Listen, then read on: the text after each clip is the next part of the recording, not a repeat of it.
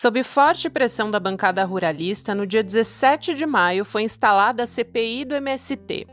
À frente da comissão, bolsonaristas. O coronel Zucco, do Republicanos, na presidência da comissão. Ricardo Salles, ex-ministro de Bolsonaro, na relatoria. A comissão do MST nasceu para tentar tirar a atenção da CPMI do golpe e para alçar aos holofotes os parlamentares da oposição. Foi marcada desde o dia 1 por bate-boca e tapas na mesa. E também pelo discurso de criminalização do MST por parte dos bolsonaristas. Um dos criadores do movimento, João Pedro Stedley, foi um dos ouvidos pela comissão do MST. O Movimento dos Trabalhadores Rurais Sem Terra nasceu em 1984, momento de abertura democrática. A ideia era construir um novo governo pela reforma agrária. Apesar das associações do MST ao presidente Lula, na década de 90 o movimento passou a se radicalizar mais, enquanto o partido entrava num período moderado. Terça-feira, 22 de agosto de 2023.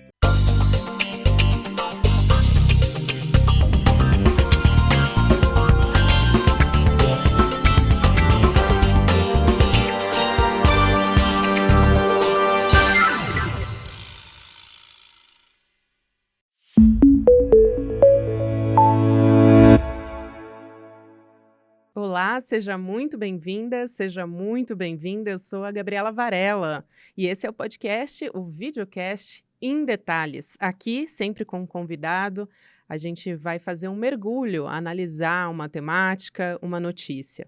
Na semana passada, um dos criadores do Movimento dos Trabalhadores Rurais Sem Terra, o João Pedro Stedley, participou da CPI do MST na Câmara dos Deputados, na condição de testemunha, e é com ele que eu converso agora, que é o economista João Pedro Stedley, que está aqui junto comigo. Olá, Gabriela, e a todos que nos acompanham em casa, pelo YouTube ou por todas as formas do nosso querido Instituto ICL.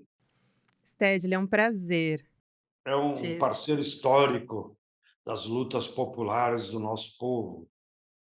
É um prazer enorme receber o senhor aqui no Em Detalhes, Stedley. Obrigada O senhor por está aceitar no nosso céu convite. e eu me chamo João Pedro. João Pedro, então. Então vamos de João Pedro. Uma maravilha te receber aqui, uma honra para a gente também. Stedley, a gente percebe um discurso, já estou começando aqui a nossa conversa, tá? A gente percebe um discurso de criminalização do MST bastante persistente nos parlamentares que estão à frente dessa comissão, uma tática, inclusive, dos deputados bolsonaristas. E eu quero saber a avaliação do senhor sobre a CPI. O senhor acredita que, de maneira geral, para a sociedade brasileira, tem sido possível reverter essa imagem que eles estão tentando trazer para o movimento? Então, apresentar o movimento dos trabalhadores rurais sem terra para quem não conhece? Bem, Gabriela e aos que nos acompanham, eu acho que nós temos que entender a CPI contra o MST dentro de um contexto da luta política mais geral, porque não é possível explicar a CPI por si só. Vocês devem terem acompanhado, e é um dos papéis do ICL, explicar para a nossa população que o Brasil está vivendo uma grave crise econômica, social, política, ambiental nos últimos 8 anos. E nesse período, a burguesia brasileira utilizou todos os seus instrumentos e nos deu 4 golpes antidemocráticos e contra o povo. Eles destituíram a Dilma sem motivo, impuseram o governo impostor do Temer, prenderam o Lula e depois impuseram o capetão fascista para nos governar durante 4 anos, que nos custou 700 mil vidas de brasileiros. Porém, passados esses 6 anos de golpes, não resolveram nada, só se agravou a crise. Então, houve as eleições em outubro passado, Nas eleições se gerou um processo de frente ampla, com as mais diferentes forças da sociedade brasileira, setores da burguesia que abandonaram o Bolsonaro, setores da classe média que abandonaram o Bolsonaro, e se somaram à classe trabalhadora, às forças populares, para elegermos o Lula. Então, o Lula representa uma grande frente antifascista, que gerou um governo de frente ampla. A direita, derrotada no executivo, então, tratou de proteger-se. E eles têm hoje, em especial, 3 espaços onde eles se protegem. Primeiro, a Câmara dos Deputados, porque lá na Câmara ainda há um sistema eleitoral perverso, em que o poder econômico e do dinheiro é o que elege os deputados. Note, os latifundiários no Brasil são apenas 1% da população. No entanto, eles têm uma bancada de 240 deputados, praticamente a metade da Câmara, que são 503. Isso é uma distorção completa da democracia. Não é? E, então, a extrema-direita, que perdeu o governo, se entrincheirou lá na Câmara dos Deputados. O segundo espaço onde eles estão estrincheirados é o Banco Central. O Banco Central é um bunker do capital financeiro nacional e estrangeiro. O tal do presidente não foi eleito por ninguém, foi escolhido pelo capitão e ficará lá até 2025. E vai controlar a taxa de juros, a taxa de câmbio, a taxa de inflação. Enfim, nós estamos à mercê dos interesses dos bancos.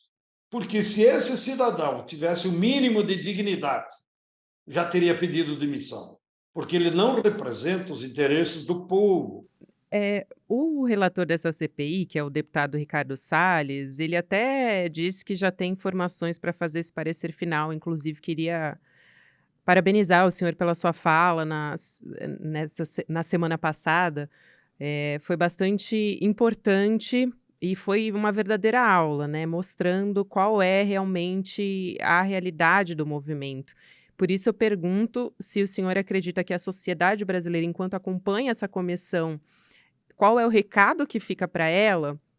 E aí eu aproveito para perguntar em relação a esse relatório que vai ser produzido pelo Ricardo Salles, né? Ele diz que tem 98% das questões necessárias para compor um relatório. Isso foi o que ele disse. Qual que é a expectativa que o senhor tem sobre isso? Porque o relator, o presidente, eles são bolsonaristas e estão insistindo nessa narrativa que existe uma indústria de invasão de terra no Brasil, né? O Gabriel, eu não tenho expectativa nenhuma, porque a CPI, na verdade, não é contra o MST enquanto movimento. A CPI era uma trincheira dessa extrema-direita para eles terem um palco para falar para suas bolhas. Eles passam o tempo inteiro lá, é ridículo, fazendo selfie, tirando foto deles mesmos, para dialogar com a sua base. O segundo objetivo deles era chantagear o governo Lula, dizer, olha, não avance na reforma agrária porque nós estamos aqui, de plantão, observando possíveis desvios. Santa paciência. E o terceiro objetivo era, na verdade, disputar essa narrativa na sociedade. Eu acredito que eles perderam nos 3.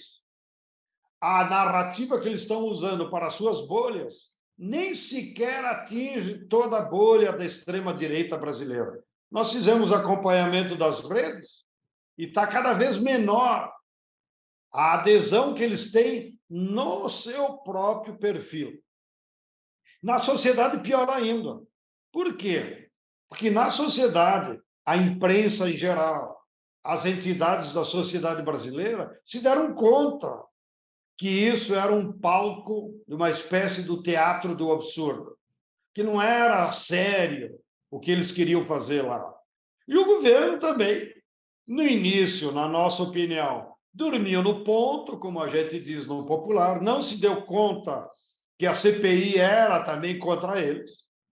E aí o governo tomou uma atitude quando os deputados quiseram afrontar diretamente o Palácio do Planalto e, sem nenhuma razão, haviam convocado, não era convidado, convocado o ministro Rui Costa.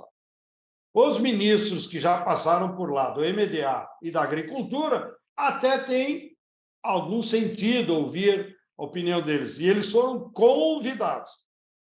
No caso do ministro Rui Costa, eles queriam convocar, que era, na verdade, uma afronta.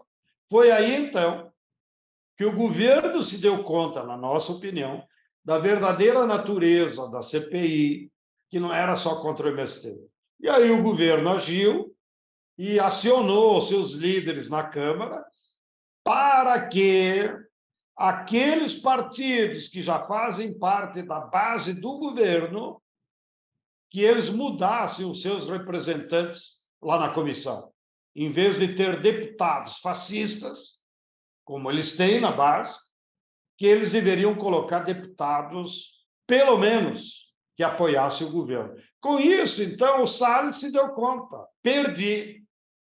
Tanto é que a primeira declaração pública, quando houve mudança dos deputados, ele se deu conta, eu não tenho mais maioria.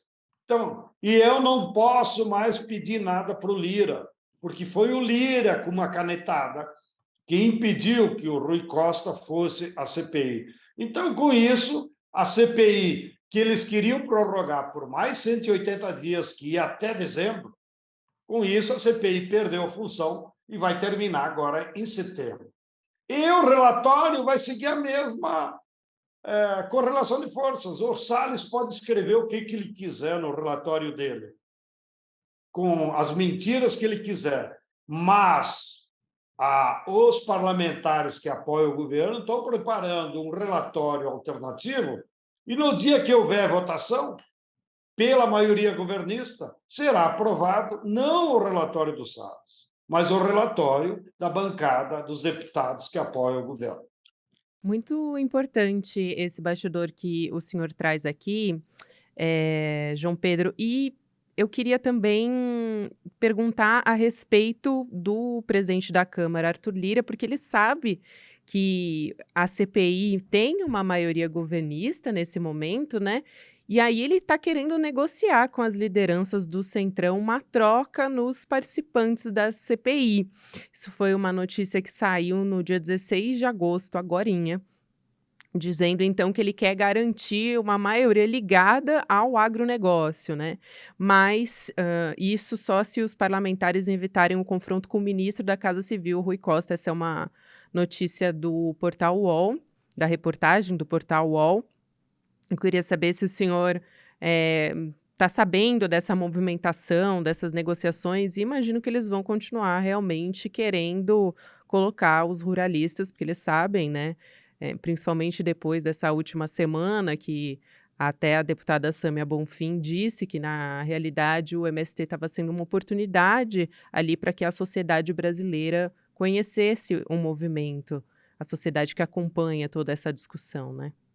Na prática, essa interferência do Lira, quando impediu a ida do Rui, e as ações que a liderança do governo fez na Câmara, aconteceram já na semana passada, de maneiras que, quando eu fui depor, já a bancada de extrema-direita fascista não tinha mais maioria.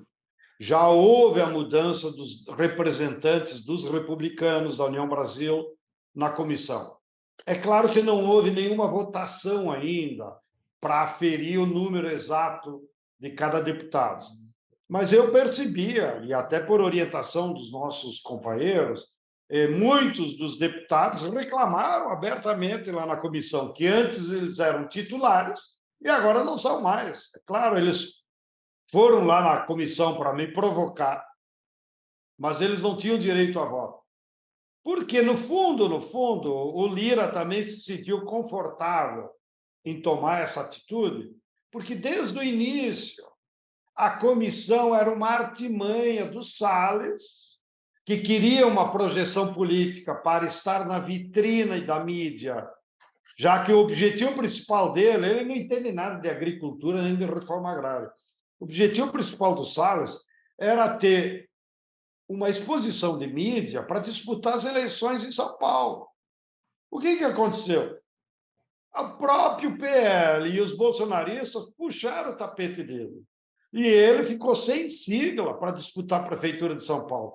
De maneiras que o próprio objetivo dele, de ter um espaço para se apresentar como interlocutor da sociedade, ele perdeu. Então, ele já jogou a toalha. Não é? Então, o Lira percebeu que nem sequer a Frente Parlamentar Ruralista, que também está dividida entre os latifundiários atrasados e entre o agronegócio, que apoia o governo, não é? Eles também, os deputados da Frente Parlamentar, não estão lá na comissão, porque eles perceberam que era apenas uma jogada do Salles, e não era para discutir a sério a agricultura. Não é? Tanto é que, quando foi o ministro do MDA e o ministro da Agricultura, o Fávaro, o debate foi muito xoxo, porque, no fundo, aqueles deputados de oposição que estão lá na comissão são despreparados.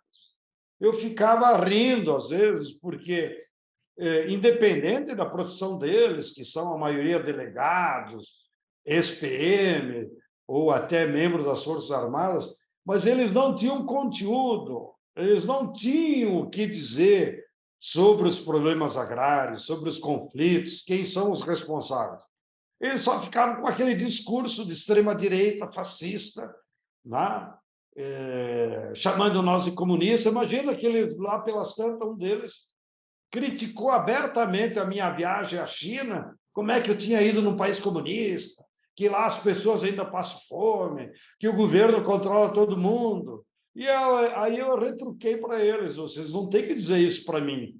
Se vocês têm raiva de comunista, chamem aqui o embaixador da China para a comissão e digam para eles que vocês não gostam da China, que vocês não querem mais vender soja, que vocês não Pois querem mais é, vender.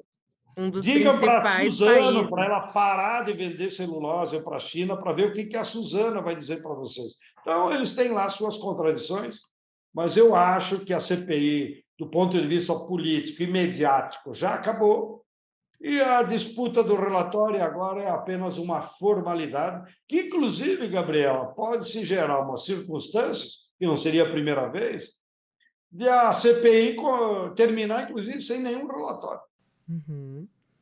E aí o senhor acha que, produzindo esse relatório, até o senhor falou da China, né, muito importante isso, porque a China é um dos principais parceiros do Brasil, né, então foi muito importante essa sua fala nesse sentido também, Stedley, João Pedro, melhor dizendo, né, que a gente combinou. Mas uma das questões que eu trago aqui é se te preocupa, se esse relatório, como é que isso vai chegar na sociedade brasileira, ou se você acha que não, na verdade, justamente porque não existe um conhecimento, né, sobre como que funciona, se na verdade isso vai ficar só na bolha da extrema direita mesmo, ou o senhor acha que pode ter algum impacto a depender de como isso vai ser divulgado na imprensa? Quer dizer, isso te preocupa em alguma medida ou não? Nós não temos nenhuma preocupação, porque o relatório que o Salles estaria preparando é eivado de mentiras, de manipulações. Né? E lá no debate que eu tive na terça-feira, inclusive, as questões ridículas, denunciar o MST por desmatamento na Amazônia. Nós nem temos assentamentos na Amazônia. Falar em desmatamento, a sociedade sabe quem é. Falar em invasão, não é o MST, quem invade terra indígena. Quem estava invadindo Yanomami? Quem que invade as terras de Guarani e Caiová, lá no Mato Grosso do Sul? São os fazendeiros, então é tiro no pé. Quem é que usa agrotóxicos? Quem é que envenena os alimentos? Então, a sociedade brasileira já tem muitas fontes de informação na imprensa, na universidade, entre os formadores de opinião, e ela já tem uma base de conhecimento que ela sabe com quem que está a verdade, quem são os culpados. pelos graves problemas que nós temos no meio rural, de trabalho escravo, de crimes ambientais, de desmatamento, de uso abusivo de agrotóxico, etc. Então, nós não temos nenhuma preocupação.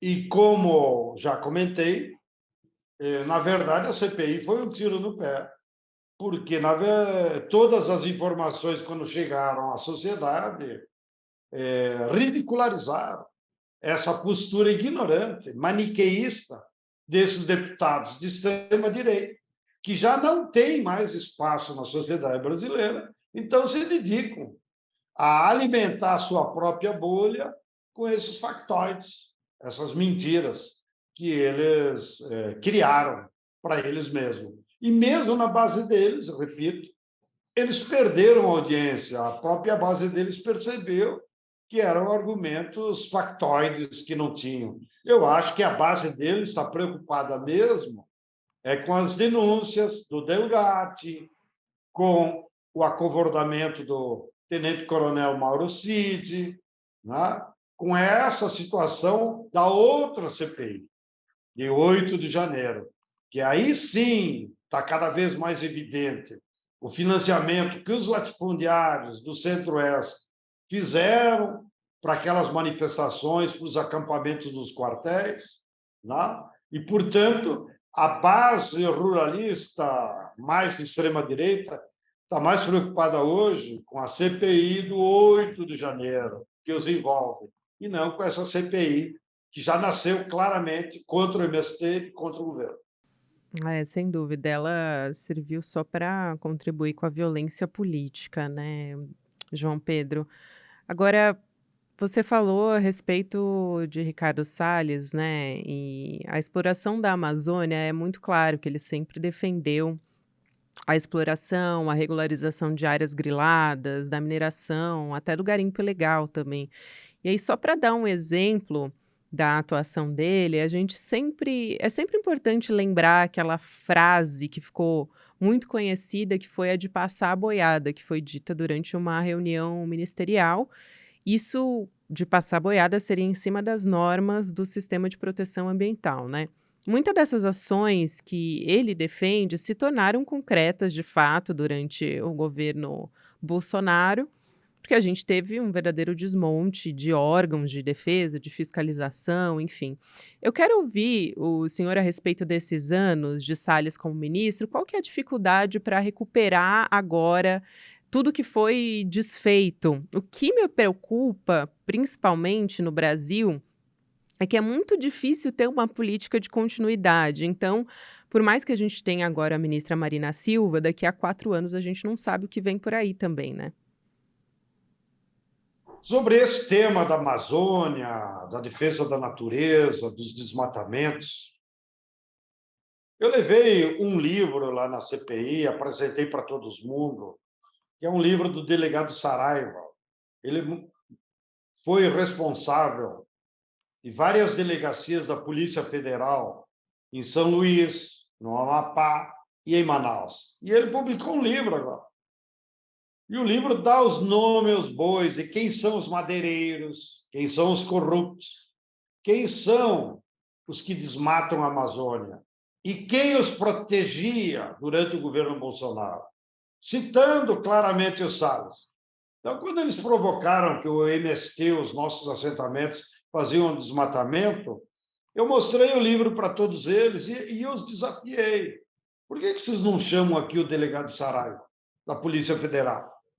Porque ele entende da Amazônia. Eu não, eu nunca morei lá. Né?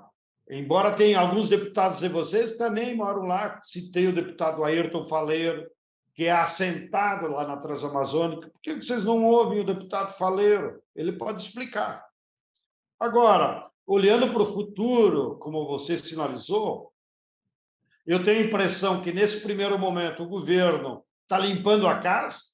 Então, a ação que o governo fez em defesa do povo Yanomami foi exemplar. Eu espero que agora o governo vai tomar novas medidas de emergência em outras áreas indígenas. O governo se comprometeu de, até o final do mandato, legalizar todas as áreas indígenas que estão pendentes. Isso seria de um valor civilizatório impressionante. E o governo também se comprometeu. Ele vai criar, Gabriela, uma delegacia especial da Polícia Federal para toda a Amazônia, para combater justamente o narcotráfico, o contrabando de madeira, o desmatamento, os minérios em áreas indígenas e quilombolas. Então, vai ser criada uma super delegacia da Polícia Federal, porque aí tem que ter repressão a esses bandidos que estão operando lá. Então, eu acredito que em 4 anos nós vamos ter muitas mudanças em relação à Amazônia, no sentido de proteger. O governo também assumiu publicamente, mesmo na cúpula lá de Belém, que vai trabalhar para nós termos uma política de desmatamento zero, que provavelmente vai ser anunciada na COP 25, será lá em Belém. Mas o governo já trabalha com essa meta. É claro que nós temos que desenvolver instrumentos para impedir, daqui para frente, o desmatamento de qualquer árvore que não precisa, e não só na Amazônia, em qualquer bioma. E nós, como um movimento popular, com outros movimentos do campo, com a CONTAG, ouvindo cientistas que entendem da nossa biodiversidade, como o senhor Carlos Nobre, que é o que mais entende de mudanças climáticas e das agressões que o meio ambiente está sofrendo, o Carlos Nobre defende que nós precisávamos reflorestar para poder reverter o que já causamos de problemas, 50 milhões de hectares em todos os biomas. É muita coisa. Então, nós assimilamos essa tese e estamos pressionando o governo do Lula. Precisa fazer um grande programa nacional de reflorestamento em todos os biomas, desde o meu Pampa querido, lá do Rio Sul, o Pantanal, o Cerrado, que é a caixa d'água do Brasil, né, que estão acabando, e, claro, a Caatinga também, no Nordeste, e a Amazônia. Então, eu espero que nos próximos meses nós consigamos convencer o governo a fazer um grande plano nacional de reflorestamento, para envolver todo mundo, prefeituras, universidades, movimentos populares, e nós replantar milhões de árvores que o país precisa, a natureza agradece, e isso é a única forma de nós amenizar os problemas climáticos que nós estamos sofrendo em todas as cidades. Olha o que foi aqui em São Paulo. Nós migramos no mesmo dia de 13 graus para 26. Isso tem tudo a ver com as mudanças climáticas, a falta de chuva quando elas devem vir e assim por diante. Muito bom.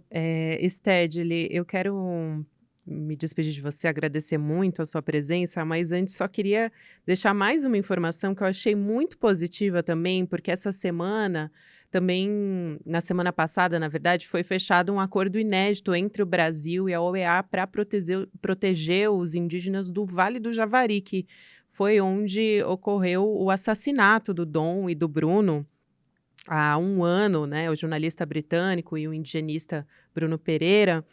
E essa é uma ação inédita da Comissão Interamericana de Direitos Humanos, que é ligada à Organização dos Estados Americanos, junto com um país. Então, isso é bastante importante para a implementação de medidas para proteger a vida desses defensores dos direitos humanos, dos indígenas, né, dessa região.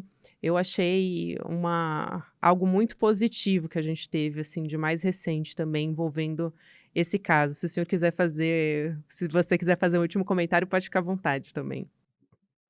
A OEA está em dívida com a América Latina.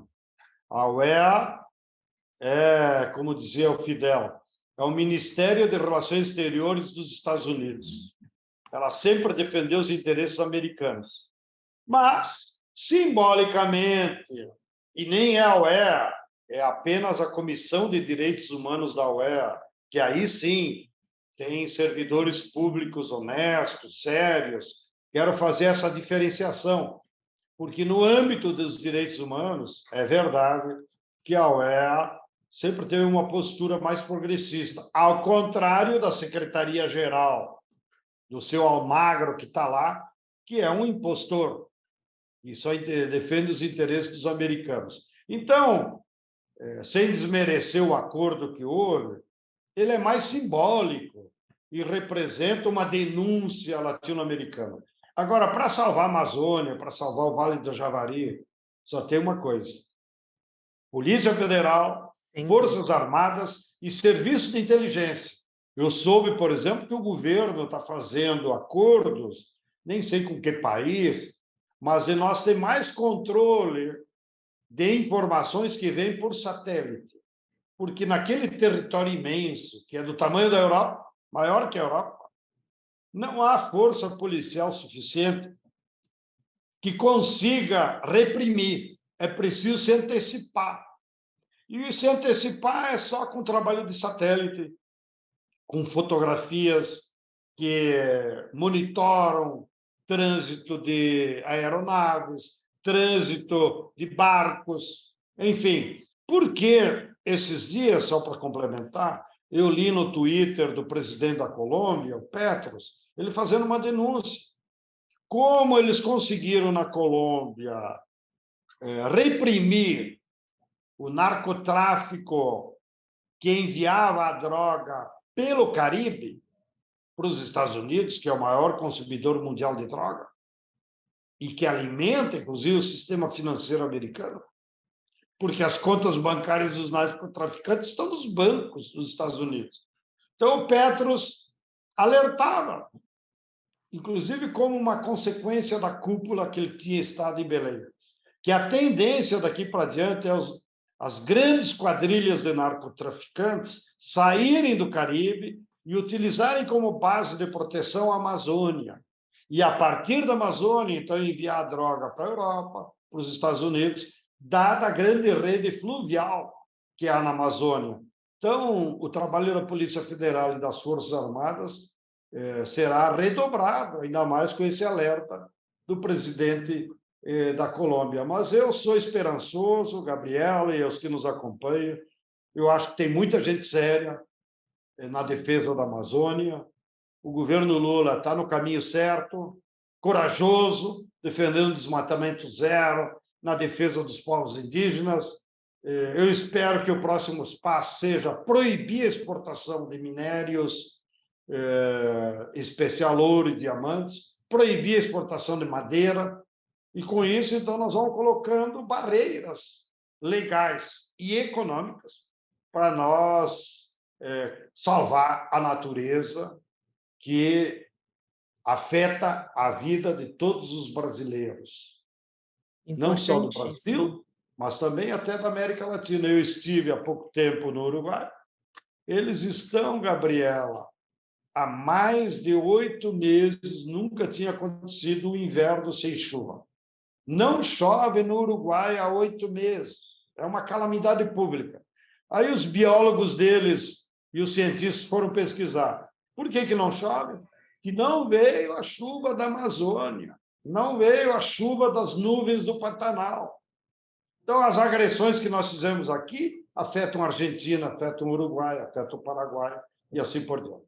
Bem, foi um prazer enorme estar aqui nesse espaço, nessa trincheira de informação, para que o nosso povo seja bem informado e tenha discernimento para julgar o que está acontecendo no nosso país. Um grande abraço a toda a equipe de vocês, em especial ao meu querido amigo Eduardo Moreira, que é o mentor desse projeto, e a todos os jornalistas que estão dedicados na defesa da boa informação. Excelente, João Pedro. Olha, foi um prazer enorme te receber, te ouvir. É sempre uma aula poder te ouvir. E, mais uma vez, quero parabenizar você pelo trabalho, pela sua fala na comissão e por tudo que você tem feito até aqui, pelo legado que você está deixando. Um abraço grande, foi um prazer. Muito obrigado. Tchau, tchau a todos que Até nos mais. acompanham. O Videocast em Detalhes fica por aqui. O próximo episódio vai ao ar às 10h30 da manhã, ao vivo no YouTube, por onde você nos acompanha e acompanha toda a programação do ICL Notícias, sempre de segunda a sexta-feira. Você também pode acompanhar o Em Detalhes nas principais plataformas de áudio. E lembrando para quem está acompanhando agora essa transmissão ao vivo pelo YouTube, que agora você já fica nesse link para acompanhar o videocast Mercado e Investimentos com André Campedelli e a Débora Maganha, e às 18h tem também o ICL Notícias segunda edição, comigo, Chico Pinheiro, e também Chico Sá. Até amanhã!